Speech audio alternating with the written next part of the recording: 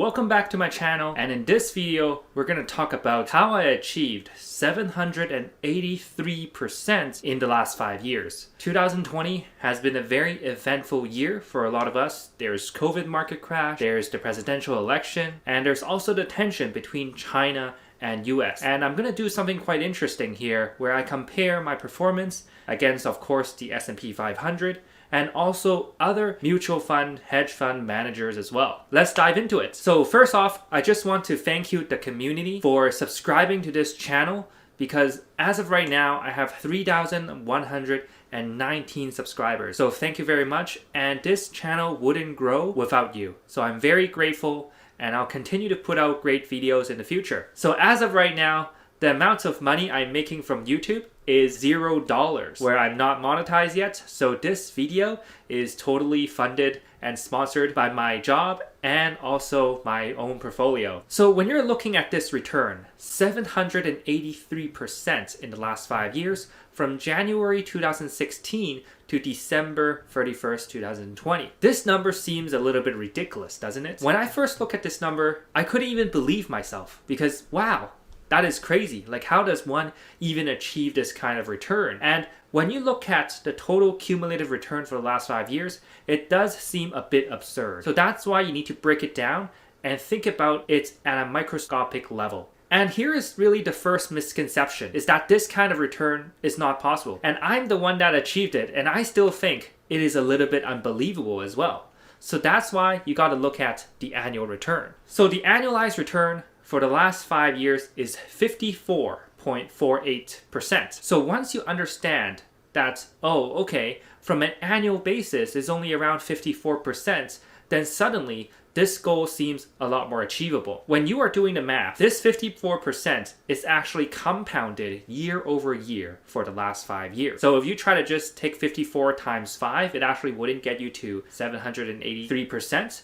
So you need to take the money you invested in the very beginning, $100, and the first year you might make $54, so it's $150, and reinvest that money year after year for 5 years straight.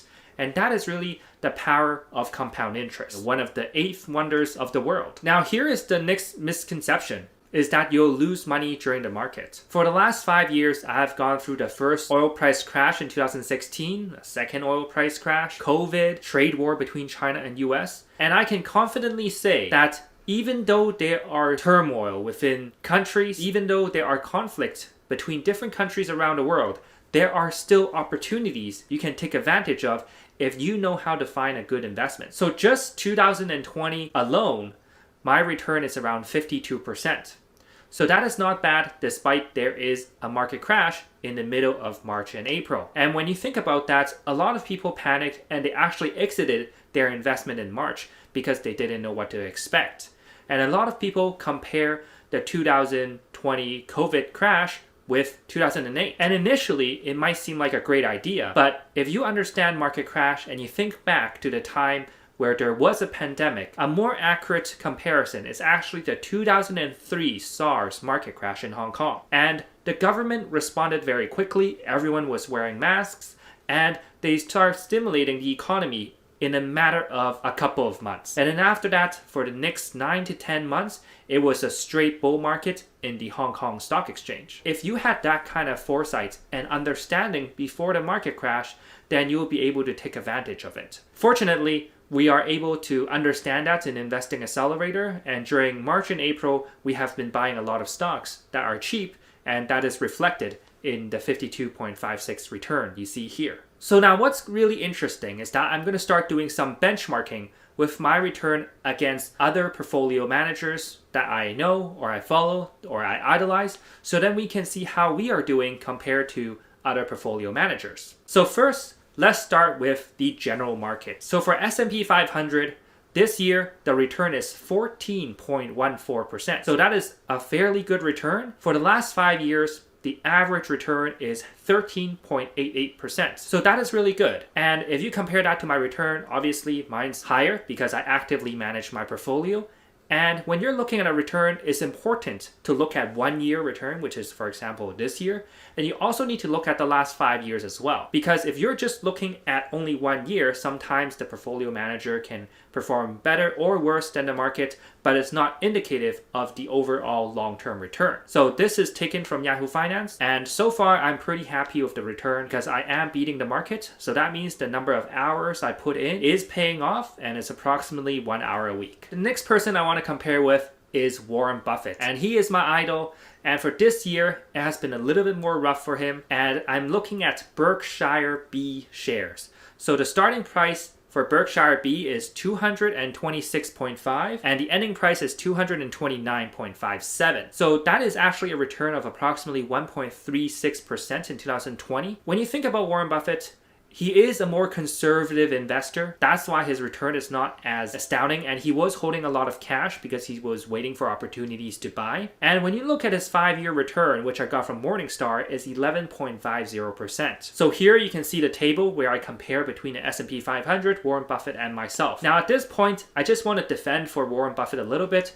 because he's a famous investor during market crash period. During this market crash, it is relatively short, and the Fed stepped in right away within 1 to 2 months to restore confidence in the market.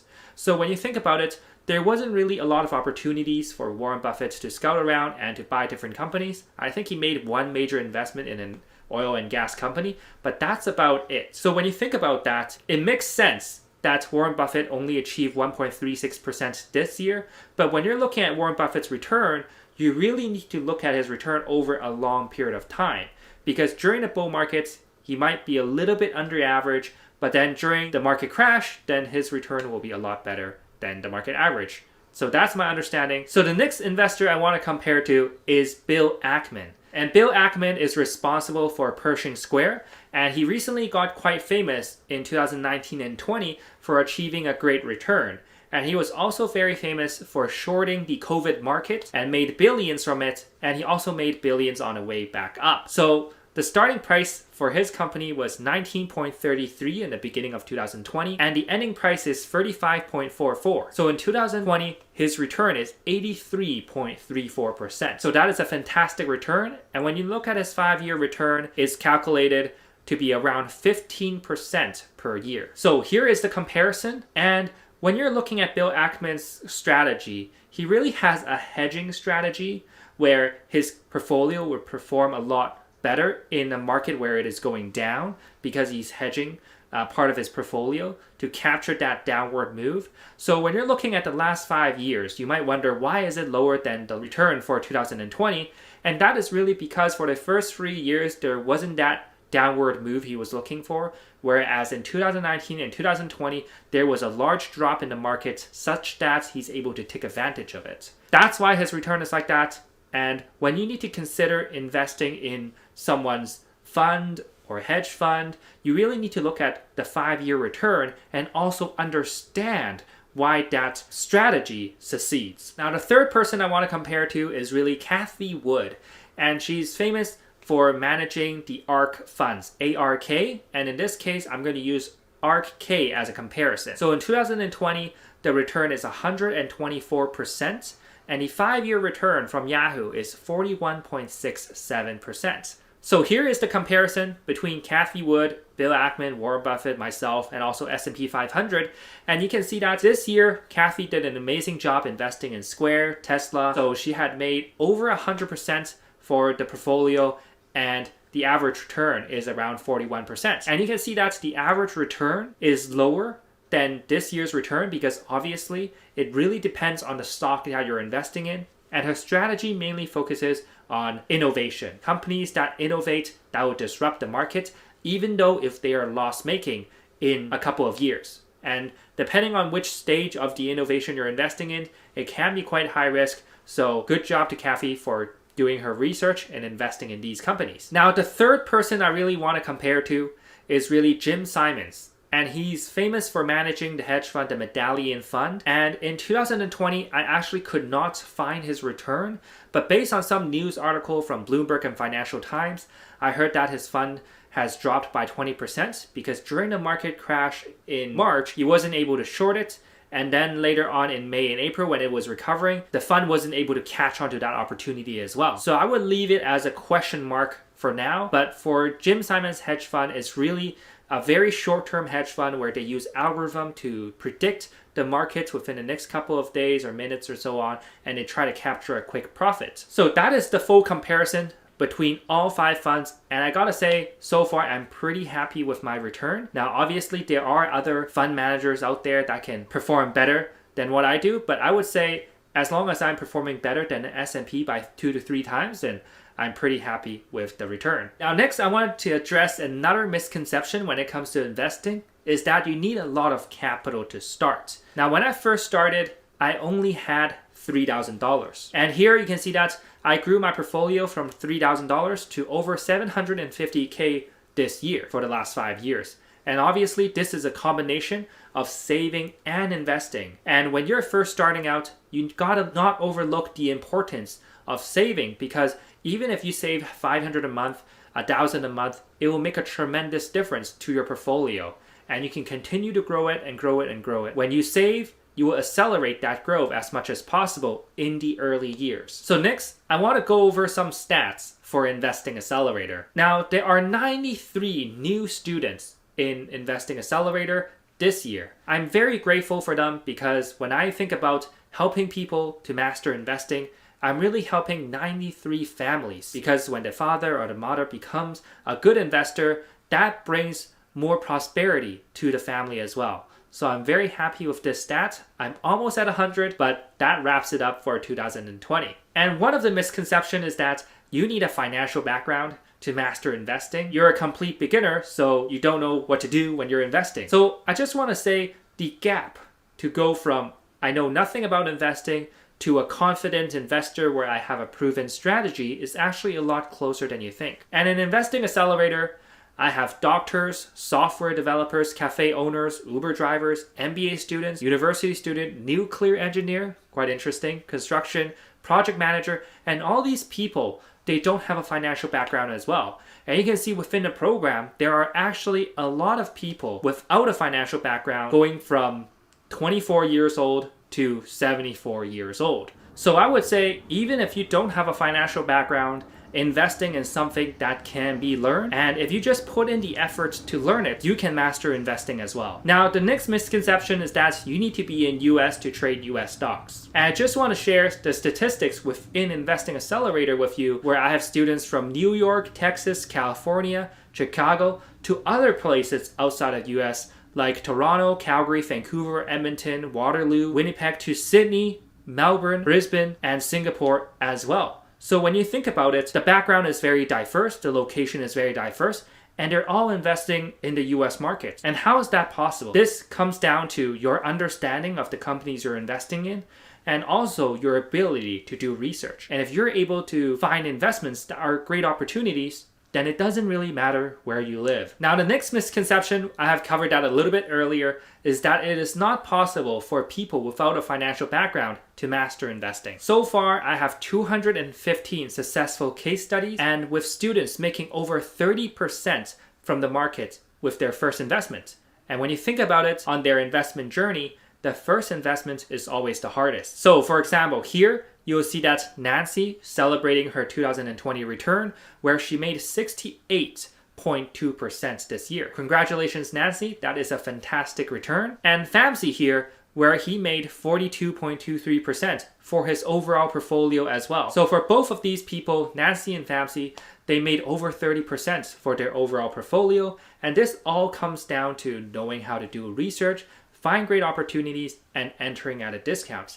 Very simple steps. And one of my favorite thing about Famsi's review is that he made the biggest gain in the last 10 years of his investing career, and it is this year. And the truth is, if you know what I know, then you'll be able to target a higher return as well. 30% return or higher might seem very daunting to you, like how does Bill Ackman does it, how does Cathy Wood does it, or how do I do it, is all coming down to knowledge. When it comes to investing, it's not based on physical strength or ability to write beautiful words or whatnot. It's all come down to your ability to analyze a company and research. And knowledge is the only difference that separates a newbie to a professional. So my mission for myself is really 30% a year. And when I first started, this seems like a daunting goal to me, because it's like going to Mars. Like, how is it even possible for someone to get 30% a year? So far, I'm very grateful that I made more than that, because the market has been good in the recent years, but my goal is to make 30% a year. So if you want to learn more about my strategy, then I would recommend you to grab the 4-hour free training on my website, and it is in the first link below. So if you have never attended this 4-hour webinar, it is an absolute beast. And I already told you the time ahead of time so you can watch the entire thing. So make sure you grab a coffee or even two, and then you can sit down and watch the webinar so you have a greater understanding when it comes to investing. This is perfect for you if you are a busy full-time professional and you want to master investing as soon as possible. You want to manage your portfolio with confidence and aim for a higher return. So the link is 5minutesinvesting.com/free case study. And when it comes to my journey to master investing, it is a difficult one because when I first started, I was losing money. I was testing different strategies, and I was basically failing again for around 8 years until I figure out the strategy. Before I master investing, investing is like a black box to me.